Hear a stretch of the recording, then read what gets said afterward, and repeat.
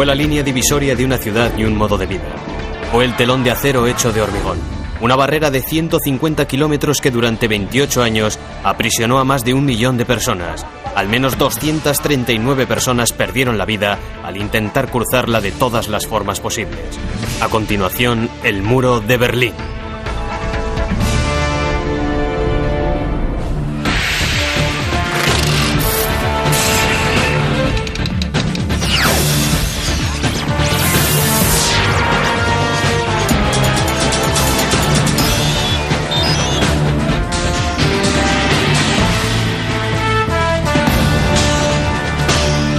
El muro de Berlín. Casi una década y media después de su caída, apenas quedan restos del famoso muro de Berlín. La barrera que en su día separó el mundo en dos es actualmente una reliquia inofensiva, decadente, cubierta de hierbas y maleza. Estas torres de vigilancia antaño representaron una bala en la espalda para todo aquel que intentara cruzar el muro. Hoy descansan tranquilamente, desentonando con los bloques de apartamentos y los parques vecinales. El tramo de muro más largo que aún sobrevive, un recorrido de unos 1400 metros conocido como la Galería Oriental, es en la actualidad más conocido por sus obras de arte que por su pasado. Pero en su época el muro de Berlín representó la pieza de infraestructura más amenazante, despiadada y tétrica del mundo.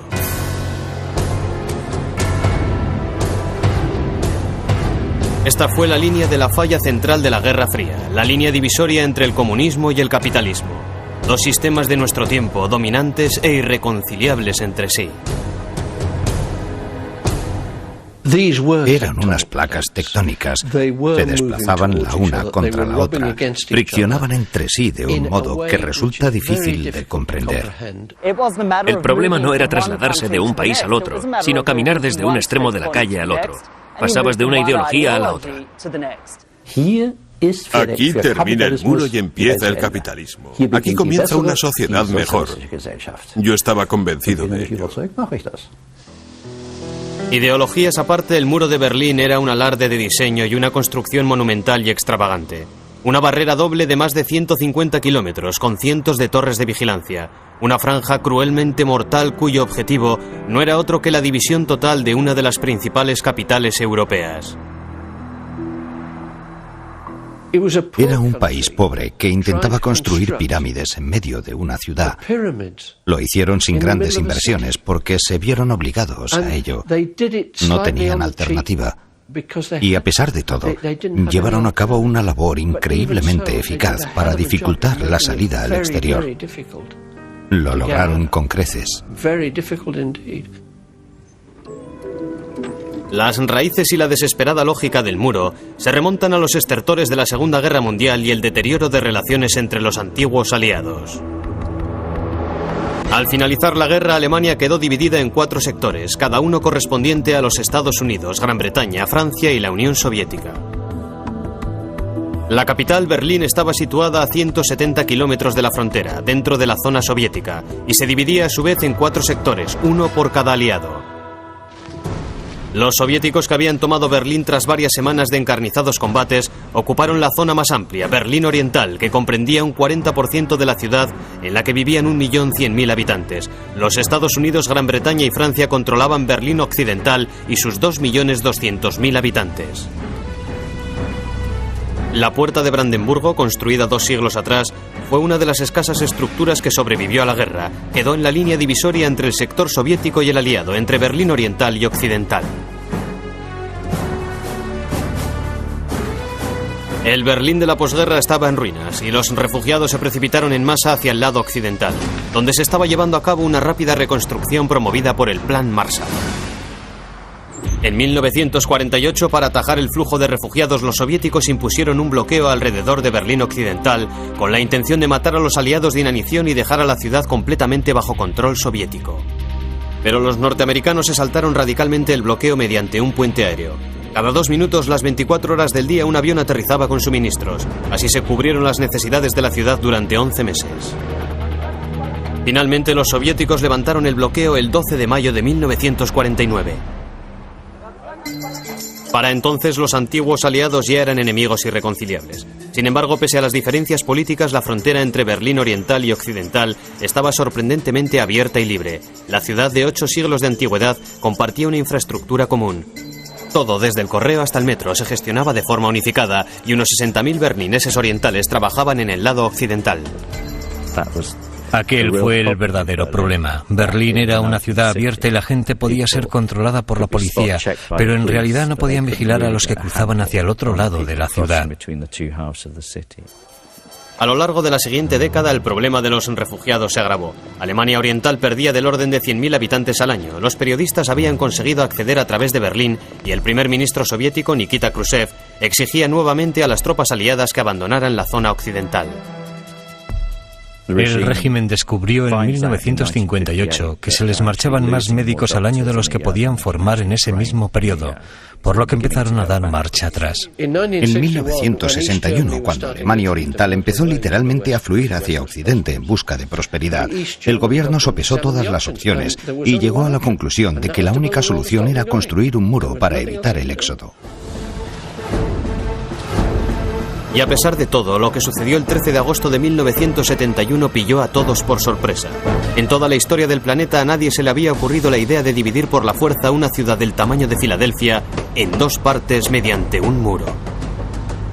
En Berlín Occidental había una gran presencia de agentes de la CIA intentando averiguar las medidas que iba a tomar el régimen germano oriental para atajar la sangría de refugiados. Llegaron a la conclusión de que dividir la ciudad era imposible, no entraba dentro de las opciones. Sencillamente no se podía coger una antigua capital europea, unificada y sólidamente estructurada, que llevaba cientos de años allí, y separarla a lo largo de todas sus líneas divisorias.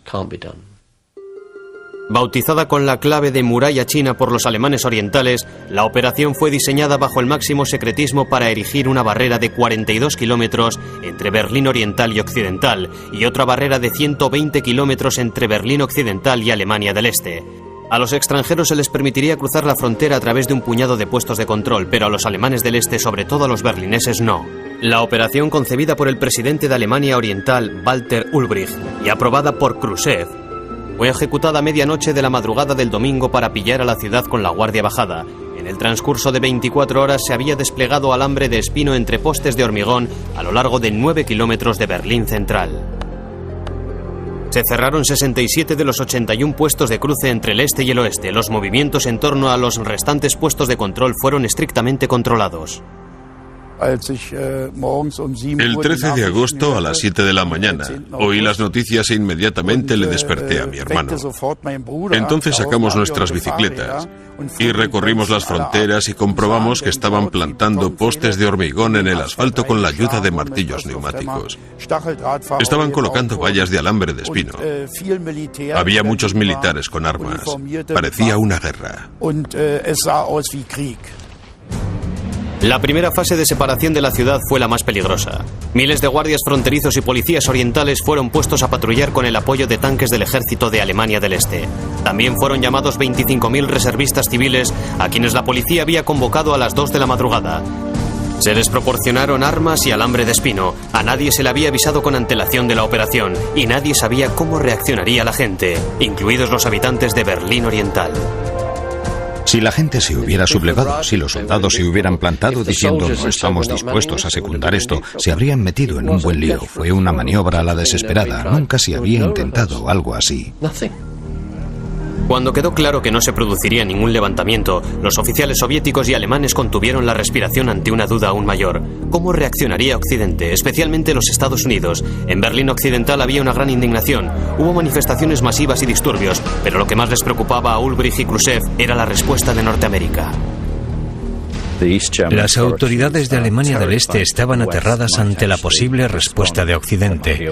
Se temía incluso la guerra, de modo que anduvieron con pies de plomo para no provocar las iras occidentales. Sus órdenes a los soldados fueron que en caso de disparar, debían hacerlo de modo que las balas no penetraran en Berlín Oeste. Solo se permitía disparar paralelo al muro o hacia el lado oriental. En Washington, el presidente Kennedy vigiló de cerca los acontecimientos, pero a medida que transcurrían los días, quedó patente que mientras los soviéticos dejaran en paz a Berlín Occidental, los norteamericanos no iban a tomar medidas militares. La construcción del muro fue políticamente aceptada por los aliados occidentales porque con esto se reducía e incluso se eliminaba el origen de posibles conflictos en el futuro. La frontera había quedado establecida y ya no habría gente trasladándose de Alemania del Este al oeste, de Berlín Oriental a Berlín Occidental. Así se evitaba que se produjera algo de proporciones difícilmente calculables. En cierto sentido, la construcción del muro solucionó la crisis de Berlín y todas las partes dieron un suspiro de alivio. Jamás lo dijeron en público, pero eso es lo que muchos políticos occidentales pensaron en aquellos momentos. Al cabo de 3 días, Khrushchev y Ulbricht llegaron a la conclusión de que los Estados Unidos no iban a tomar represalias. El 16 de agosto emitieron la orden de colocar barreras permanentes.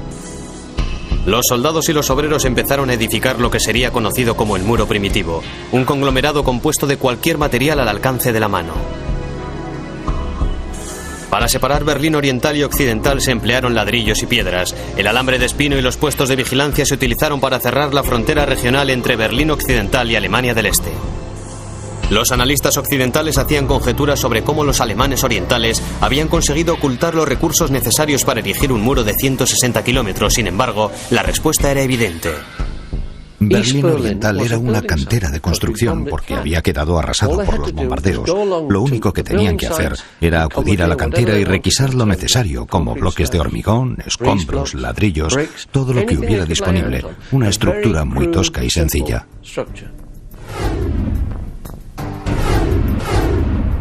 Tan tosca que fue colocada sin cimientos. El propio peso del muro bastaba para mantenerlo en su sitio. Era tan extenso que para su construcción hubo que aprovechar los materiales que previamente habían sido destinados para la edificación de 20.000 apartamentos. El aspecto provisional del primitivo muro, con el alambre de espino visible en todos los puntos, anunciaba descarnadamente la intención de mantener encerrado a cualquiera que tuviera la más mínima idea de escapar, incluidos los obreros que lo habían construido. Me acuerdo que entrevisté a uno de ellos y le pregunté lo que opinaba de esto. Y él dijo que en el fondo había sido una labor de una audacia increíble, pero que tenía la sensación de que estaba separando parte de su familia de sus otros parientes. Por otro lado, muchos ciudadanos orientales se sentían confortados de ver que el gobierno había tomado cartas en el asunto. Había un resentimiento generalizado hacia aquellos jóvenes profesionales formados a cargo del Estado que posteriormente habían huido a Occidente. Y lo que es más, la Segunda Guerra Mundial había dejado bien patentes los horrores del fascismo alemán y había un fuerte deseo de llevar al país hacia una nueva dirección. Muchos pensaron que el muro estaba dando una oportunidad al sistema socialista. El muro de Berlín tenía un significado muy especial en lo relativo a proteger el bloque socialista. Para nosotros era una necesidad, porque había un mundo inmensamente rico contra nosotros y debíamos superarlo. Pero detener la sangría de refugiados mediante un muro se reveló como una empresa difícil y sangrienta.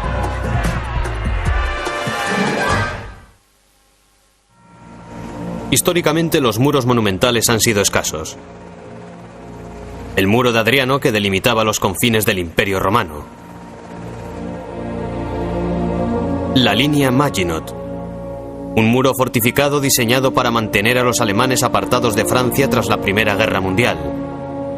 Y el muro atlántico, establecido por los alemanes durante la Segunda Guerra Mundial para bloquear cualquier invasión a través del Canal de la Mancha. Pero el muro de Berlín era diferente. Oficialmente se denominó una barrera protectora antifascista. Sin embargo, desde el comienzo fue evidente que su propósito no era el de mantener alejados a los enemigos, sino el de retener al 1.100.000 habitantes de Berlín. Su repercusión sobre la ciudad fue inmediata y profunda. Al seguir el trazado de la frontera de posguerra, el muro discurría ciegamente y de forma tortuosa por la ciudad, cortando calles, vías ferroviarias, puentes y todo lo que se interponía en su camino. 15 rutas de transporte público que unían la zona oriental con la occidental fueron abandonadas abruptamente, dejando tétricas estaciones fantasma en las que no paraba ningún tren. Innumerables familias quedaron rotas y separadas. Se produjeron casos muy trágicos en los que una pareja se casaba en el lado occidental y posteriormente acudía a una zona convenida del muro para que los parientes del sector oriental pudieran saludarles. Incluso eso llegó a estar prohibido. Construyeron el muro a tal altura que la gente ya no pudo ver por encima. Cegaron las ventanas. Saludar a los habitantes del otro lado fue considerado un delito. Algunos de los episodios más desgarradores se produjeron en la calle Beanawea, donde una larga fila de edificios de apartamentos estaba situada en el límite exacto entre Berlín Oriental y Occidental. La gente que vivía en estas casas, cada vez que miraban por la ventana, su cabeza estaba en el lado occidental y sus pies en el lado oriental. En esta zona resultó muy sencillo escapar durante las primeras horas del muro. Algunos residentes desesperados saltaban sobre las redes de los bomberos de Berlín Occidental, quienes les animaban desde abajo. Al menos 2 personas mayores murieron al caer fuera de las redes. El incidente más dramático fue el protagonizado por la anciana de 77 años, Freda Schulz, que quedó atrapada en un tira y afloja que simbolizaba muy bien la difícil situación de la ciudad. La policía oriental intentaba retenerla sujetándola desde la ventana y los alemanes occidentales tiraban de ella hacia abajo. Las autoridades orientales intervinieron con rapidez para cortar la calle Beanawea, desahuciando a 2.000 personas de 87 edificios el 20 de septiembre y tapiando 1.253 puertas y ventanas. Finalmente, los edificios fueron demolidos para hacer sitio al muro. La calle Beanawea no fue el único punto débil de la barrera primitiva. Cientos de personas lograron escapar a través de los tramos de alambre poco vigilados que en las zonas menos pobladas de la ciudad y en la frontera regional entre Alemania del Este y Berlín Occidental fue empleado en lugar de los ladrillos. En las zonas de menor espesor hubo quien estrelló vehículos como este tanque casero. Esta parte de muro fue derribada por un camión en 1972. Entre los primeros fugados hubo muchos guardias fronterizos. En las primeras 6 semanas del muro, 85 guardias huyeron a Occidente. Un cámara captó la dramática imagen de un guardia arrojando su fusil y saltando hacia el otro lado de la valla. Rudi Turov fue guardia fronterizo desde 1955 hasta el 21 de febrero de 1972, cuando logró escapar junto con otros 3 civiles. Vestido con su uniforme de sargento, hizo formar filas a sus compañeros y les ordenó acudir a otro puesto de control. Entonces, condujo a los refugiados hacia el muro. La cosa fue bien, hasta que uno de ellos se enganchó en el alambre de espino.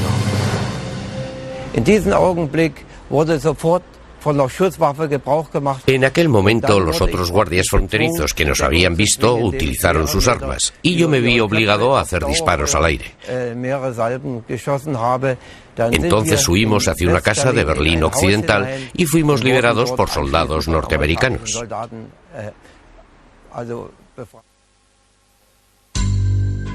No todas las fugas tuvieron éxito. La primera persona muerta a tiros mientras cruzaba el muro fue un sastre de 24 años llamado Gunther Liftin.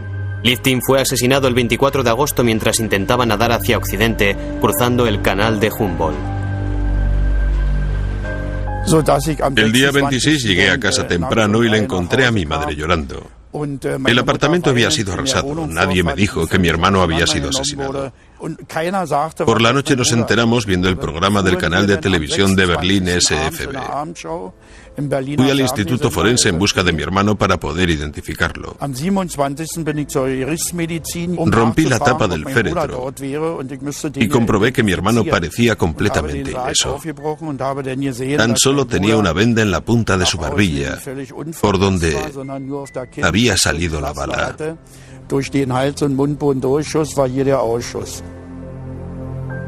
La muerte de Liftin fue un mensaje aterrador para todos los berlineses. Sin embargo, pocos meses después se produjo otra muerte que conmocionó profundamente la ciudad.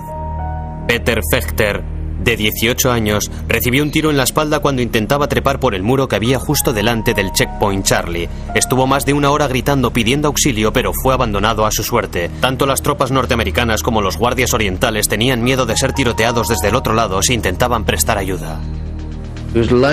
Yacía al pie del muro gritando «Ayúdenme, ayúdenme», y nadie le pudo ayudar.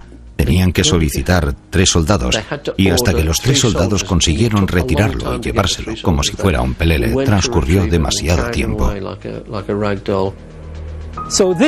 Esto fue al menos una advertencia psicológica para todos aquellos que tenían pensado cruzar el muro. Demasiado arriesgado.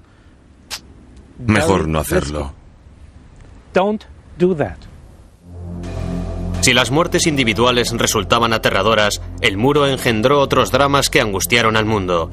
Pero ninguno tan grave como la confrontación entre tanques soviéticos y norteamericanos que comenzó el 25 de octubre de 1961, 2 meses después de la construcción del muro.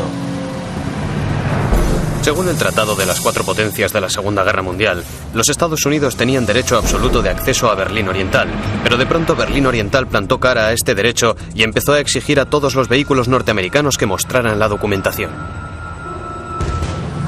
Y ante el miedo generado por la Guerra Fría era la clase de incidente que podía salirse de control, sobre todo habiendo 30 tanques norteamericanos y 32 tanques soviéticos enfrentándose cara a cara con los motores en marcha y los cañones listos para disparar.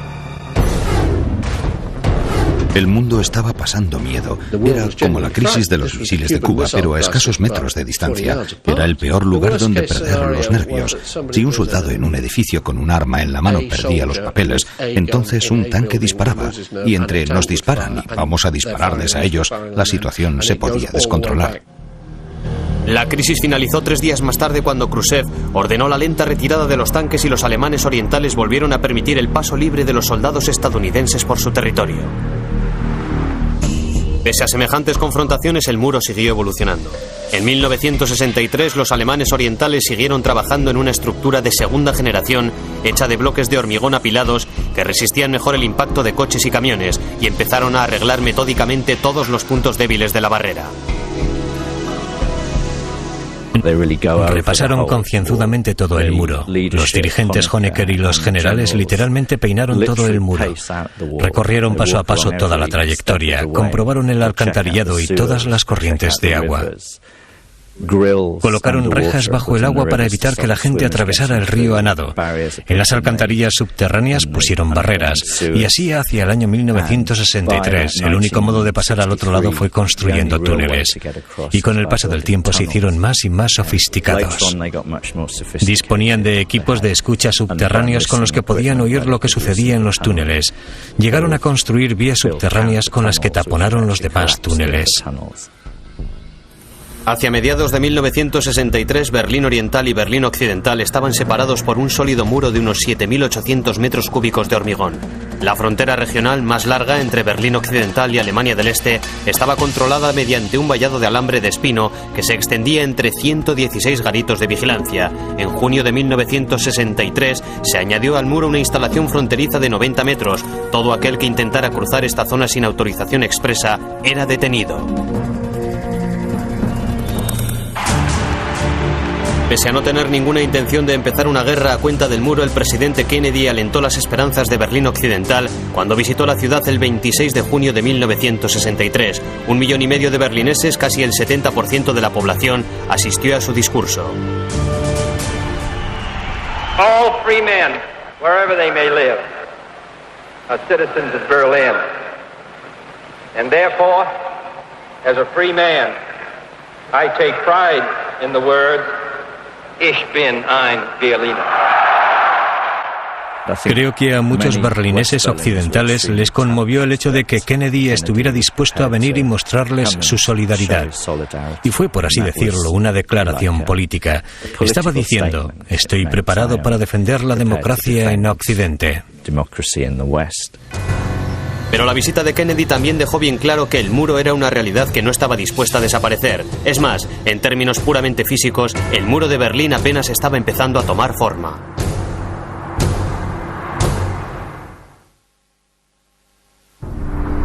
Desde el punto de vista del diseño, el extravagante desafío del muro de Berlín seguía dando vueltas en torno a la creación de una barrera que pudiera mantener atrapados eficazmente al 1.100.000 habitantes de Berlín Oriental. No había muro capaz de ello. En cualquier caso, los alemanes del este, con sus escasos recursos, no podían permitírselo. En su lugar, desarrollaron un sistema que empleaba un nivel tras otro de vigilancia: detección, obstrucción y control. Para 1965, el muro era en realidad doble, compuesto de 2 paredes de hasta 4 metros de altura, hechos de hormigón o de alambre de espino y con una separación entre sí de entre 27 y 90 metros, dependiendo del terreno.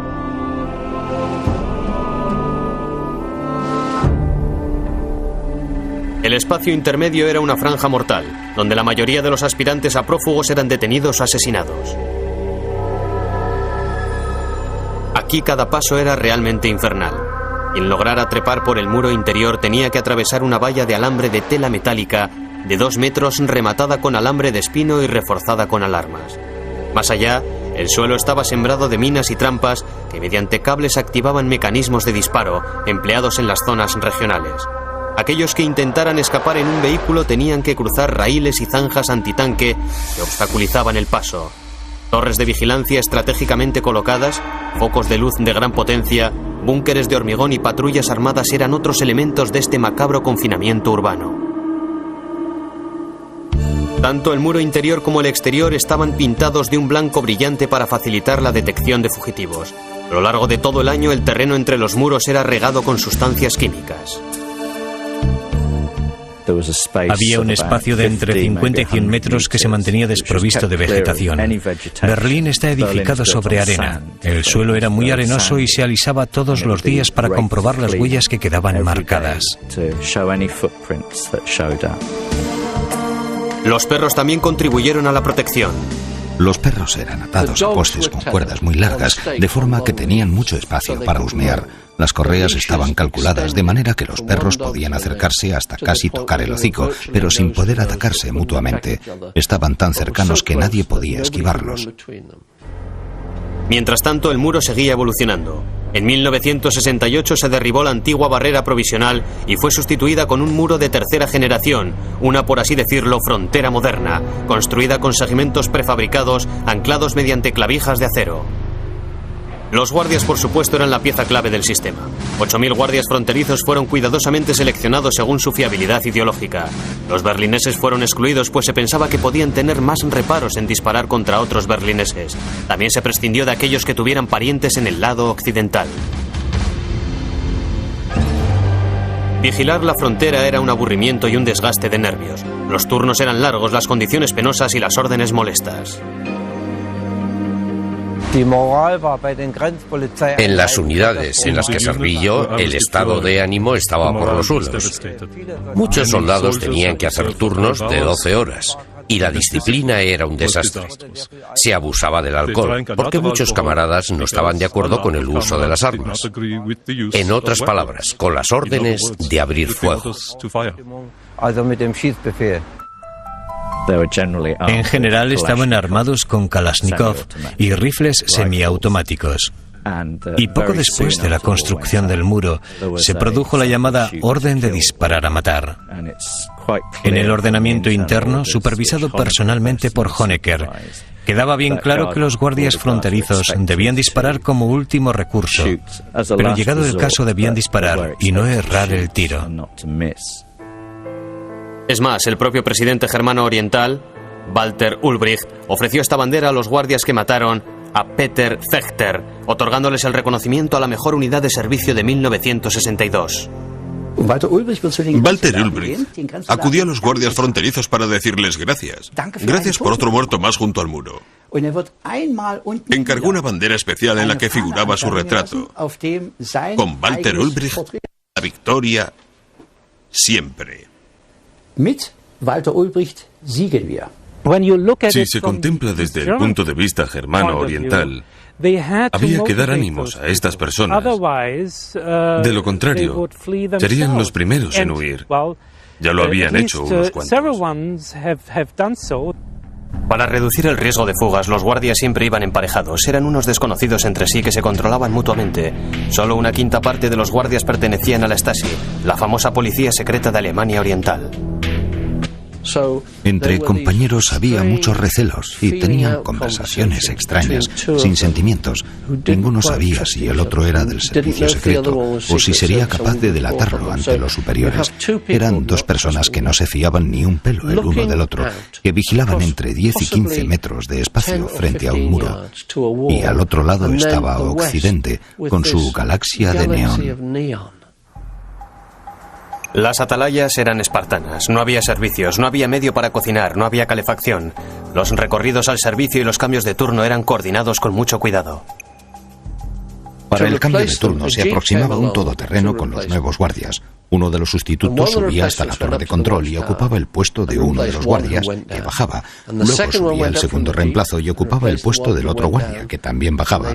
De este modo no se interrumpía la guardia en ningún momento. A la minuciosidad agobiante del trabajo se añadía el hecho de que era muy peligroso. 16 guardias fronterizos fueron asesinados a tiros durante su servicio en el muro de Berlín. La propaganda de Alemania del Este convirtió a estos hombres en guardianes de la paz y de la frontera entre dos mundos. Incluso se erigieron monumentos a estos guardias. Pero con el final de la Guerra Fría se descubrió que aproximadamente la mitad de estos hombres habían sido asesinados por sus propias tropas en intercambios de disparos, o cuando uno de ellos intentaba escapar y para asegurarse le metía una bala a su compañero. Y eso es algo que los berlineses no supieron hasta mucho más tarde. Por supuesto, otro detalle que nadie sabía era que el muro de Berlín, que aparentemente era una pieza permanente del escenario de la Guerra Fría, tenía los días contados.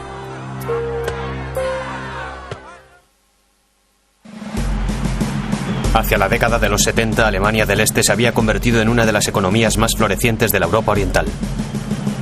Este cambio se debió en gran parte a la influencia estabilizadora del muro, que cortó eficazmente el éxodo de los profesionales mejor preparados y mantuvo el sistema social intacto.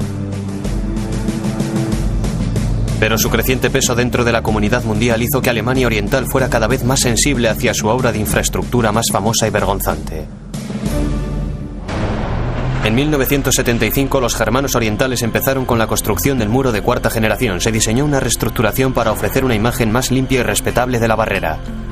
El proyecto incluía hacer que el muro fuera más difícil de romper. Todavía eran muchos los berlineses que intentaban escapar año tras año, generalmente cruzando los controles fronterizos con papeles falsos, pero a veces incluso atravesando el muro. La siguiente renovación debía dificultar estos intentos.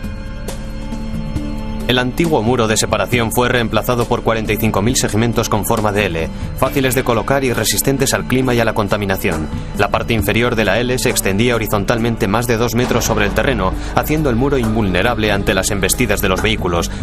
Cada segmento tenía más de 1 metro de anchura y casi 4 metros de altura. El remate superior del muro fue perfeccionado mediante un borde circular de tubería que lo hacía aún más difícil de escalar.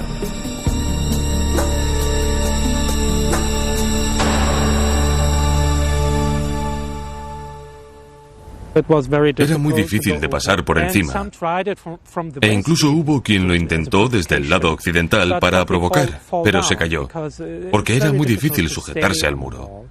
En este sentido fue perfeccionado. Y luego estaba el material del muro. Si se miran los restos del muro en la actualidad, se aprecia que era de varillas de acero y hormigón. Era muy sólido. Creo que incluso podía resistir el impacto de un tanque ligero.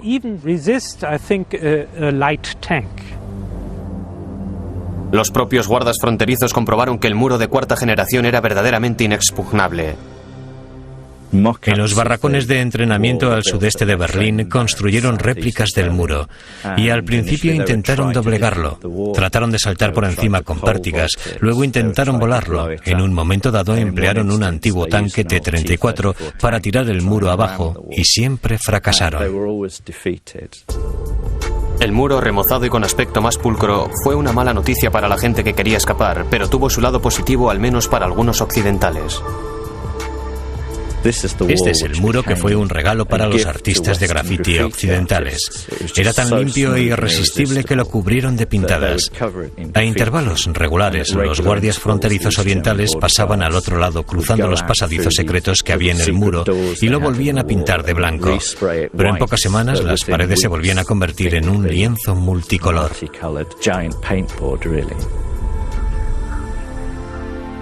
El cambio de imagen se prolongó hasta bien entrados los 80. Gradualmente se fueron eliminando los componentes más perturbadores del sistema del muro,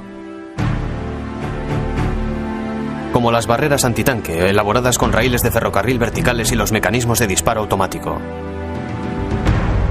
Pero Alemania del Este no tenía intención de eliminar el muro.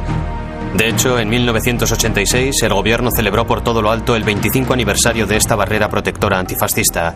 Al mismo tiempo empezó con el proyecto de una nueva versión del muro para el siglo XXI, que apenas requería guarnición, denominado Muro Fronterizo 2000. Se hizo un proyecto para utilizar microondas, tecnología moderna, sensores de calor para detectar prófugos. Creo que esto le habría costado al Estado una suma desorbitada, pero a juzgar por la experiencia del pasado, los germano-orientales habrían invertido ese dinero. Al final no tuvieron esa oportunidad. Mr. Gorbachev, tear down this wall. Para cuando el presidente Reagan hizo este llamamiento en Berlín en 1987, ya se habían puesto en marcha los acontecimientos que acabarían derribando el muro y la división del mundo que representaba. Cuando el presidente soviético Mikhail Gorbachev anunció la nueva política de la perestroika o reforma, dejó bien claro que la Unión Soviética no intervendría militarmente en los asuntos del bloque oriental. Se produjeron grandes manifestaciones en toda la Alemania del Este y sobre todo en Berlín Oriental, exigiendo cambios radicales entre los que se incluían el derecho a viajar y desplazarse libremente. A medida que las manifestaciones se volvieron más multitudinarias y desafiantes, el decrépito Politburó germano-oriental empezó a plantearse por fin el desmantelamiento del muro. Fue el comienzo de un planteamiento realista acerca de lo que estaba sucediendo alrededor. Pero también era demasiado tarde para cambiar ciertos matices de la política comunista con el objeto de recuperar la confianza del pueblo. El 8 de noviembre de 1989, Günter Schabowski hizo un anuncio sorprendente. Todas las restricciones entre Berlín Oriental y Occidental quedaban eliminadas. El muro había caído. Irónicamente, para un sistema en el que todo estaba controlado, esta decisión fue anunciada sin siquiera informar a los guardias fronterizos, que inmediatamente se vieron desbordados por la gente que intentaba cruzar hacia Occidente. Fue un malentendido muy peligroso. Los soldados no sabían nada y se preguntaban, ¿qué vamos a hacer? Algunos decían, ya basta, retrocedan. Y estuvieron a punto de disparar. Fue un milagro que eso no sucediera. Afortunadamente, en medio del caos, aquel 9 de noviembre no hubo que añadir más nombres a la lista de fallecidos y asesinados en su intento de cruzar el muro de Berlín. Tras casi 3 décadas, cientos de muertes, miles de prófugos y algún que otro susto nuclear, el muro de Berlín había caído por fin.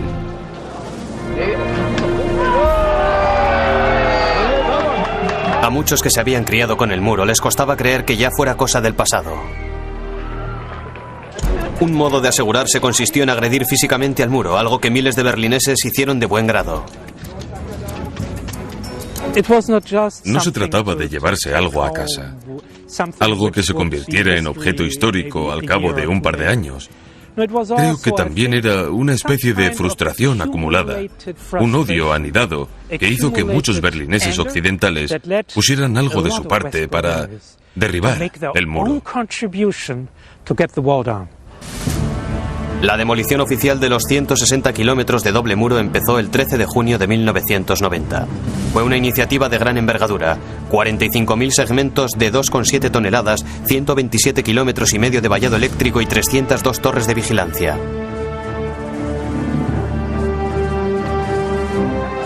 Ironías del destino, a los guardias fronterizos les tocó llevar a cabo la demolición. Fue construido para no ser destruido, pero ahora había que destruirlo. Esa fue la última tarea de los guardias de vigilancia. Tuvieron que hacerse cargo de los restos del muro. Una vez finalizada esta labor, ya no les quedaba nada más por hacer. La mayor parte del muro fue triturado y reciclado para construir aceras. Unos 250 segmentos con las pintadas más hermosas fueron retiradas cuidadosamente por el gobierno alemán y subastadas en Montecarlo, generando unas ganancias de más de 1 millón de euros. Grandes fragmentos fueron enviados a lugares emblemáticos de Occidente como trofeos de la Guerra Fría, la CIA, la Biblioteca Reagan. Otros fragmentos han acabado en lugares curiosos. En la terraza de un café en la calle 53, en pleno corazón de Manhattan. Y en un urinario en el Hotel Casino Main Street Station de Las Vegas.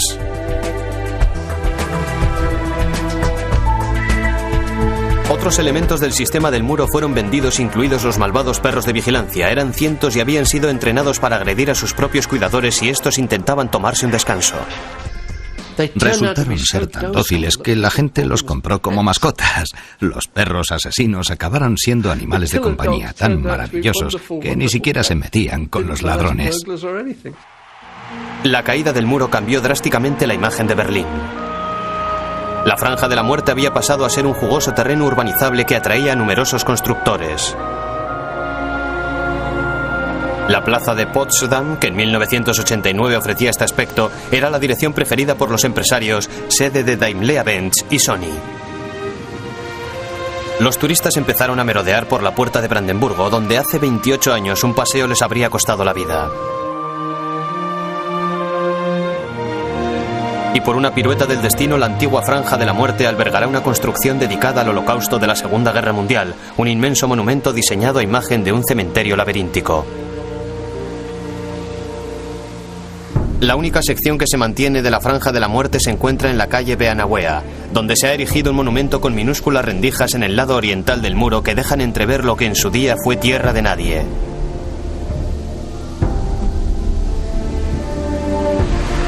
El muro en sí ha desaparecido casi por completo, excepto en la galería oriental y unos escasos restos que se han conservado o que nadie se ha molestado en derribar.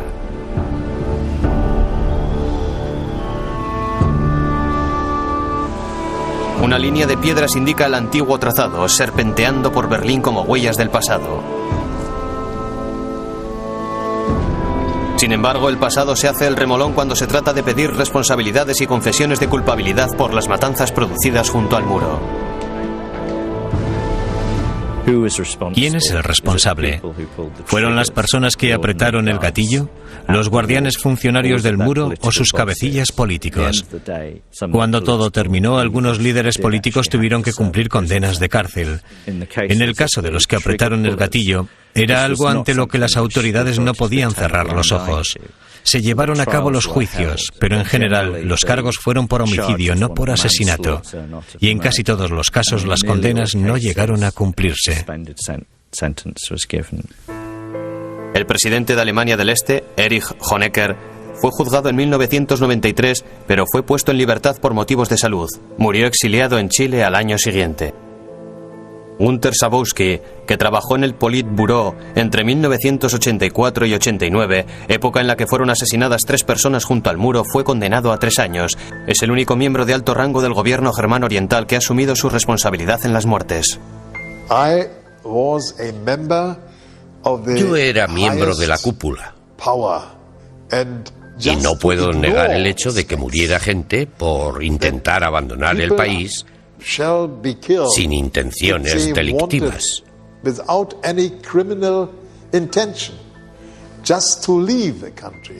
Yo también soy responsable de esto. La finalidad del muro es el control. Si controlas todo, solucionas todos tus problemas. Esta idea conduce a la muerte. Se llevó todos nuestros recursos. En cierta forma, la construcción de este muro se cobró su peaje. Y debemos aprender la lección de un país que llevó esto hasta sus últimas consecuencias. No funciona. No funciona para nada.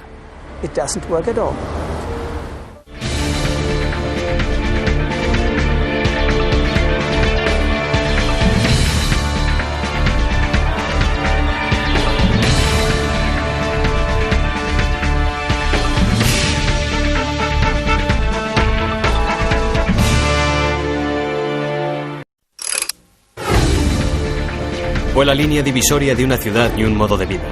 Fue el telón de acero hecho de hormigón.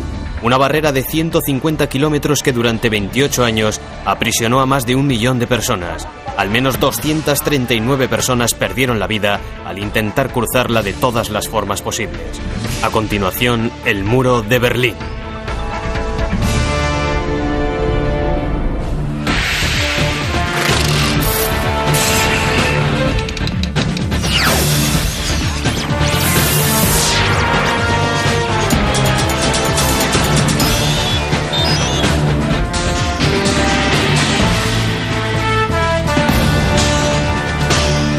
El muro de Berlín.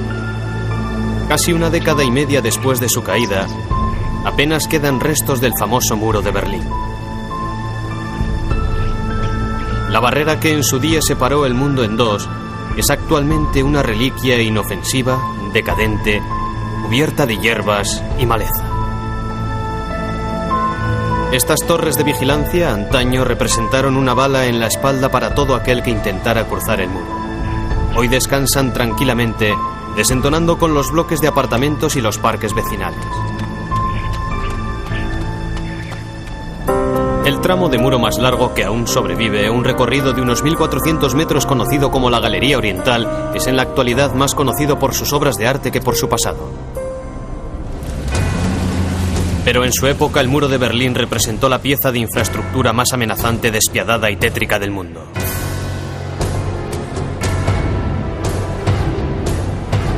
Esta fue la línea de la falla central de la Guerra Fría, la línea divisoria entre el comunismo y el capitalismo. Dos sistemas de nuestro tiempo, dominantes e irreconciliables entre sí. Eran unas placas tectónicas. Se desplazaban la una contra la otra, friccionaban entre sí de un modo que resulta difícil de comprender. El problema no era trasladarse de un país al otro, sino caminar desde un extremo de la calle al otro. Pasabas de una ideología a la otra. Aquí termina el muro y empieza el capitalismo. Aquí comienza una sociedad mejor. Yo estaba convencido de ello. Ideologías aparte, el muro de Berlín era un alarde de diseño y una construcción monumental y extravagante. Una barrera doble de más de 150 kilómetros, con cientos de torres de vigilancia. Una franja cruelmente mortal cuyo objetivo no era otro que la división total de una de las principales capitales europeas. Era un país pobre que intentaba construir pirámides en medio de una ciudad. Lo hicieron sin grandes inversiones porque se vieron obligados a ello. No tenían alternativa. Y a pesar de todo, llevaron a cabo una labor increíblemente eficaz para dificultar la salida al exterior. Lo lograron con creces. Las raíces y la desesperada lógica del muro se remontan a los estertores de la Segunda Guerra Mundial y el deterioro de relaciones entre los antiguos aliados. Al finalizar la guerra, Alemania quedó dividida en 4 sectores, cada uno correspondiente a los Estados Unidos, Gran Bretaña, Francia y la Unión Soviética. La capital, Berlín, estaba situada a 170 kilómetros de la frontera, dentro de la zona soviética, y se dividía a su vez en 4 sectores, uno por cada aliado. Los soviéticos, que habían tomado Berlín tras varias semanas de encarnizados combates, ocuparon la zona más amplia, Berlín Oriental, que comprendía un 40% de la ciudad, en la que vivían 1.100.000 habitantes. Los Estados Unidos, Gran Bretaña y Francia controlaban Berlín Occidental y sus 2.200.000 habitantes. La Puerta de Brandenburgo, construida 2 siglos atrás, fue una de las escasas estructuras que sobrevivió a la guerra. Quedó en la línea divisoria entre el sector soviético y el aliado, entre Berlín Oriental y Occidental. El Berlín de la posguerra estaba en ruinas y los refugiados se precipitaron en masa hacia el lado occidental, donde se estaba llevando a cabo una rápida reconstrucción promovida por el Plan Marshall. En 1948, para atajar el flujo de refugiados, los soviéticos impusieron un bloqueo alrededor de Berlín Occidental con la intención de matar a los aliados de inanición y dejar a la ciudad completamente bajo control soviético. Pero los norteamericanos se saltaron radicalmente el bloqueo mediante un puente aéreo. Cada 2 minutos, las 24 horas del día, un avión aterrizaba con suministros. Así se cubrieron las necesidades de la ciudad durante 11 meses. Finalmente, los soviéticos levantaron el bloqueo el 12 de mayo de 1949. Para entonces, los antiguos aliados ya eran enemigos irreconciliables. Sin embargo, pese a las diferencias políticas, la frontera entre Berlín Oriental y Occidental estaba sorprendentemente abierta y libre. La ciudad, de 8 siglos de antigüedad, compartía una infraestructura común. Todo, desde el correo hasta el metro, se gestionaba de forma unificada y unos 60.000 berlineses orientales trabajaban en el lado occidental. Aquel fue el verdadero problema. Berlín era una ciudad abierta y la gente podía ser controlada por la policía, pero en realidad no podían vigilar a los que cruzaban hacia el otro lado de la ciudad. A lo largo de la siguiente década, el problema de los refugiados se agravó. Alemania Oriental perdía del orden de 100.000 habitantes al año. Los periodistas habían conseguido acceder a través de Berlín y el primer ministro soviético, Nikita Khrushchev, exigía nuevamente a las tropas aliadas que abandonaran la zona occidental. El régimen descubrió en 1958 que se les marchaban más médicos al año de los que podían formar en ese mismo periodo, por lo que empezaron a dar marcha atrás. En 1961, cuando Alemania Oriental empezó literalmente a fluir hacia Occidente en busca de prosperidad, el gobierno sopesó todas las opciones y llegó a la conclusión de que la única solución era construir un muro para evitar el éxodo. Y a pesar de todo, lo que sucedió el 13 de agosto de 1971 pilló a todos por sorpresa. En toda la historia del planeta a nadie se le había ocurrido la idea de dividir por la fuerza una ciudad del tamaño de Filadelfia en dos partes mediante un muro. En Berlín Occidental había una gran presencia de agentes de la CIA intentando averiguar las medidas que iba a tomar el régimen germano oriental para atajar la sangría de refugiados. Llegaron a la conclusión de que dividir la ciudad era imposible, no entraba dentro de las opciones. Sencillamente no se podía coger una antigua capital europea, unificada y sólidamente estructurada, que llevaba cientos de años allí, y separarla a lo largo de todas sus líneas divisorias. Bautizada con la clave de muralla china por los alemanes occidente, se temía incluso la guerra, de modo que anduvieron con pies de plomo para no provocar las iras occidentales. Sus órdenes a los soldados fueron que en caso de disparar, debían hacerlo de modo que las balas no penetraran en Berlín Oeste. Solo se permitía disparar paralelo al muro o hacia el lado oriental. En Washington, el presidente Kennedy vigiló de cerca los acontecimientos, pero a medida que transcurrían los días, quedó patente que mientras los soviéticos dejaran en paz a Berlín Occidental, los norteamericanos no iban a tomar medidas militares. La construcción del muro fue políticamente aceptada por los aliados occidentales, porque con esto se reducía e incluso se eliminaba el origen de posibles conflictos en el futuro. La frontera había quedado establecida y ya no habría gente trasladándose de Alemania del Este al oeste, de Berlín Oriental a Berlín Occidental. Así se evitaba que se produjera algo de proporciones difícilmente calculables. En cierto sentido, la construcción del muro solucionó la crisis de Berlín y todas las partes dieron un suspiro de alivio. Jamás lo dijeron en público, pero eso es lo que muchos políticos occidentales pensaron en aquellos momentos. Al cabo de 3 días, Khrushchev y Ulbricht llegaron a la conclusión de que los Estados Unidos no iban a tomar represalias. El 16 de agosto emitieron la orden de colocar barreras permanentes. Los soldados y los obreros empezaron a edificar lo que sería conocido como el muro primitivo, un conglomerado compuesto de cualquier material al alcance de la mano. Para separar Berlín Oriental y Occidental se emplearon ladrillos y piedras. El alambre de espino y los puestos de vigilancia se utilizaron para cerrar la frontera regional entre Berlín Occidental y Alemania del Este.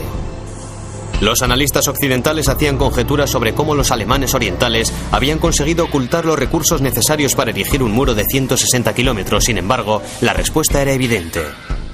Berlín Oriental era una cantera de construcción porque había quedado arrasado por los bombardeos. Lo único que tenían que hacer era acudir a la cantera y requisar lo necesario, como bloques de hormigón, escombros, ladrillos, todo lo que hubiera disponible. Una estructura muy tosca y sencilla. Orientales, la operación fue diseñada bajo el máximo secretismo para erigir una barrera de 42 kilómetros entre Berlín Oriental y Occidental y otra barrera de 120 kilómetros entre Berlín Occidental y Alemania del Este. A los extranjeros se les permitiría cruzar la frontera a través de un puñado de puestos de control, pero a los alemanes del Este, sobre todo a los berlineses, no. La operación, concebida por el presidente de Alemania Oriental, Walter Ulbricht, y aprobada por Khrushchev, fue ejecutada a medianoche de la madrugada del domingo para pillar a la ciudad con la guardia bajada. En el transcurso de 24 horas se había desplegado alambre de espino entre postes de hormigón a lo largo de 9 kilómetros de Berlín Central. Se cerraron 67 de los 81 puestos de cruce entre el este y el oeste. Los movimientos en torno a los restantes puestos de control fueron estrictamente controlados. El 13 de agosto a las 7 de la mañana oí las noticias e inmediatamente le desperté a mi hermano. Entonces sacamos nuestras bicicletas y recorrimos las fronteras y comprobamos que estaban plantando postes de hormigón en el asfalto con la ayuda de martillos neumáticos. Estaban colocando vallas de alambre de espino. Había muchos militares con armas. Parecía una guerra. La primera fase de separación de la ciudad fue la más peligrosa. Miles de guardias fronterizos y policías orientales fueron puestos a patrullar con el apoyo de tanques del ejército de Alemania del Este. También fueron llamados 25.000 reservistas civiles a quienes la policía había convocado a las 2 de la madrugada. Se les proporcionaron armas y alambre de espino. A nadie se le había avisado con antelación de la operación y nadie sabía cómo reaccionaría la gente, incluidos los habitantes de Berlín Oriental. Si la gente se hubiera sublevado, si los soldados se hubieran plantado diciendo no estamos dispuestos a secundar esto, se habrían metido en un buen lío. Fue una maniobra a la desesperada. Nunca se había intentado algo así. Cuando quedó claro que no se produciría ningún levantamiento, los oficiales soviéticos y alemanes contuvieron la respiración ante una duda aún mayor. ¿Cómo reaccionaría Occidente, especialmente los Estados Unidos? En Berlín Occidental había una gran indignación. Hubo manifestaciones masivas y disturbios, pero lo que más les preocupaba a Ulbricht y Khrushchev era la respuesta de Norteamérica. Las autoridades de Alemania del Este estaban aterradas ante la posible respuesta de Occidente.